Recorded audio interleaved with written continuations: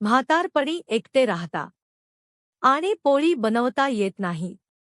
2026 मधील 4 सर्वात सोपे उपाय. नमस्कार मित्रांनो, तुम्ही सगळे कसे आहात?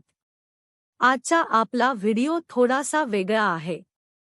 थोडा भावनिकही आहे, पण खूप महत्त्वाचा आहे. मला एका प्रेक्षकाची कमेंट मिळाली आणि ती वाचून माझे मन हेलावून गेले. एका 82 वर्षांच्या ज्येष्ठ नागरिकांनी लिहिले होते, बाळा, आता माझ्याकडून पोळीभाजी बनत नाही. हात थरथरतात, सांधे दुखतात.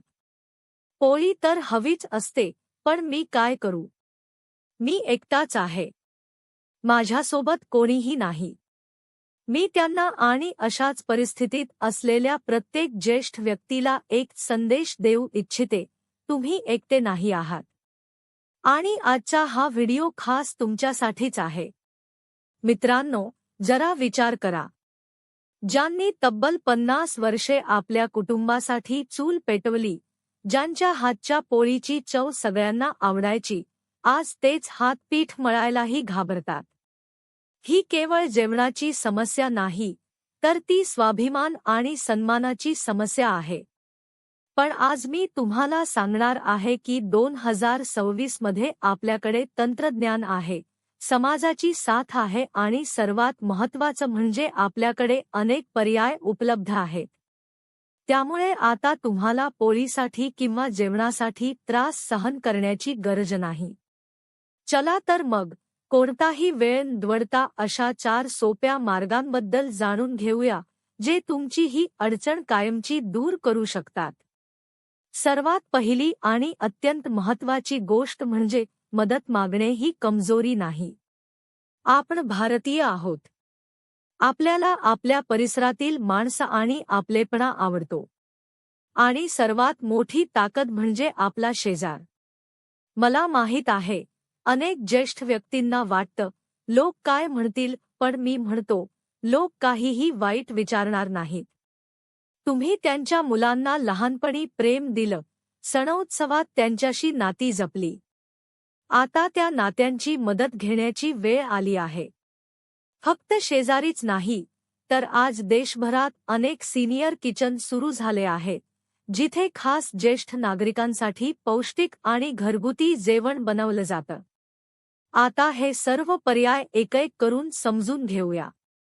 पहिला आणि सर्वात आधुनिक मार्ग म्हणजे स्वयंपाकघरातील आधुनिक उपकरणे. आता तुम्ही म्हणाल, बाळा, ही उपकरणे खूप महाग असतील. असं अजिबात नाही. मी फक्त 500 ते 1000 रुपयांमध्ये मिळणाऱ्या साध्या उपकरणांबद्दल बोलत आहे. एक इलेक्ट्रिक तवा घ्या, त्यावर पोळी भाजणे अगदी सोपे असते. पोळी चिकटत नाही आणि जळतही नाही. तसेच पीठ मळण्याचे मशीन सुमारे 2000 रुपयात मिळते.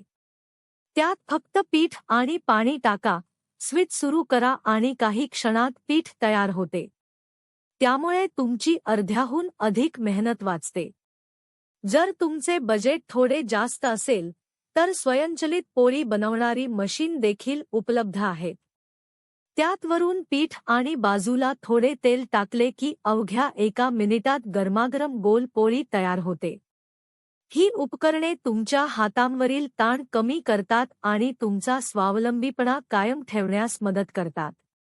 पण तुम्ही म्हणाल, एवढे पैसे कुठून आणायचे? मग ऐका दुसरा मार्ग, जो अगदी कमी खर्चाचा किंवा अनेक ठिकाणी मोफतही उपलब्ध आहे.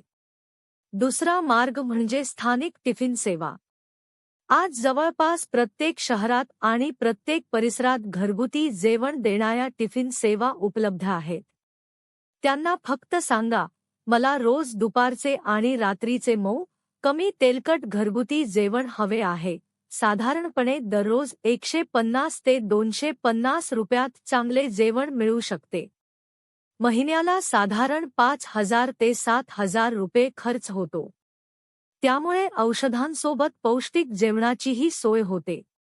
याशिवाय अनेक कम्युनिटी किचन, मंदिरांमधील लंगर सेवा आणि विविध स्वयंसेवी संस्था, NGO, ज्येष्ठ नागरिकांच्या घरी जेवण पोहोचवतात. काही ठिकाणी ही सेवा पूर्णपणे मोफत असते, तर काही ठिकाणी अत्यल्प शुल्क आकारले जाते. तुम्हाला फक्त एक फोन करायचा आहे. तिसरा मार्ग, आणि हा तर माझा वैयक्तिक आवडता मार्ग आहे, बार्टर सिस्टीम, म्हणजेच आपल्या मदतीच्या किंवा छोट्या कामाच्या बदल्यात पोळी किंवा जेवण मिळवणे. कसे? समजा तुमच्या घरी थोडीशी जागा आहे. कुंडीत हिरवी मिरची, कोथिंबीर किंवा कढीपत्ता लावा. मग शेजाऱ्याला सांगा, तुला ताजी भाजी हवी असेल तर बदल्यात मला रोज 3-4 पोळ्या दे. किंवा तुमच्या परिसरात अशा महिला असतील ज्या घरोघरी जाऊन पोळ्या बनवतात. त्यांना थोडे मानधन देऊन घरी बोलवा. त्या अवघ्या 1-2 तासात तुमच्या संपूर्ण दिवसाच्या पोळ्या करून देतील. यामुळे नातेसंबंधही अधिक दृढ होतात आणि खर्चाचाही जास्त भार पडत नाही. मित्रांनो, आतापर्यंत मी बाहेरून मदत घेण्याबद्दल सांगितले. पण जर तुम्हाला बाहेर जाणे आवडत नसेल किंवा तुमच्या परिसरात टिफिन सेवा उपलब्ध नसेल, तर हा चौथा मार्ग तुमच्यासाठी आहे. हा म्हणजे रेडी टू ईट पदार्थांचा आणि आधीच तयारी करून ठेवण्याचा मार्ग. जेव्हा तुम्हाला थोडी ताकद वाटेल, तेव्हा एकाच दिवशी आठवडाभरासाठी भरपूर भाज्या चिरून फ्रीझरमध्ये ठेवून द्या. बाजारात मिळणाऱ्या टोस्टेड चपात्या किंवा फ्रोजन पराठे घरी आणा. हे पदार्थ तव्यावर अवघ्या 2 मिनिटात ताजे होतात. तसेच रेडी टू ईट पॅकमध्ये मिळणारी डाळ, मिक्स व्हेज, राजमा यांसारखे पदार्थ वापरा. हे पॅक फक्त गरम पाण्यात काही मिनिटे ठेवले की अवघ्या 5 मिनिटात गरमागरम जेवण तयार होते. हो, मला माहीत आहे की हे आईच्या हातच्या जेवणासारखे वाटणार नाही.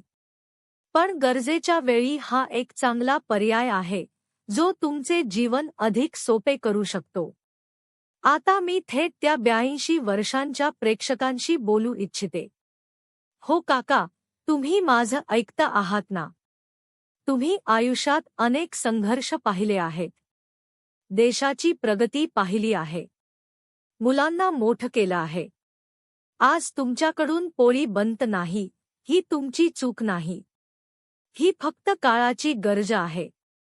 स्वतःला कधीही कमकुवत समजू नका. जर तुम्ही आज हा व्हिडिओ पाहत आहात आणि माझं बोलणं समजून घेत आहात, तर तुम्ही खरोखरच खूप मजबूत व्यक्ती आहात.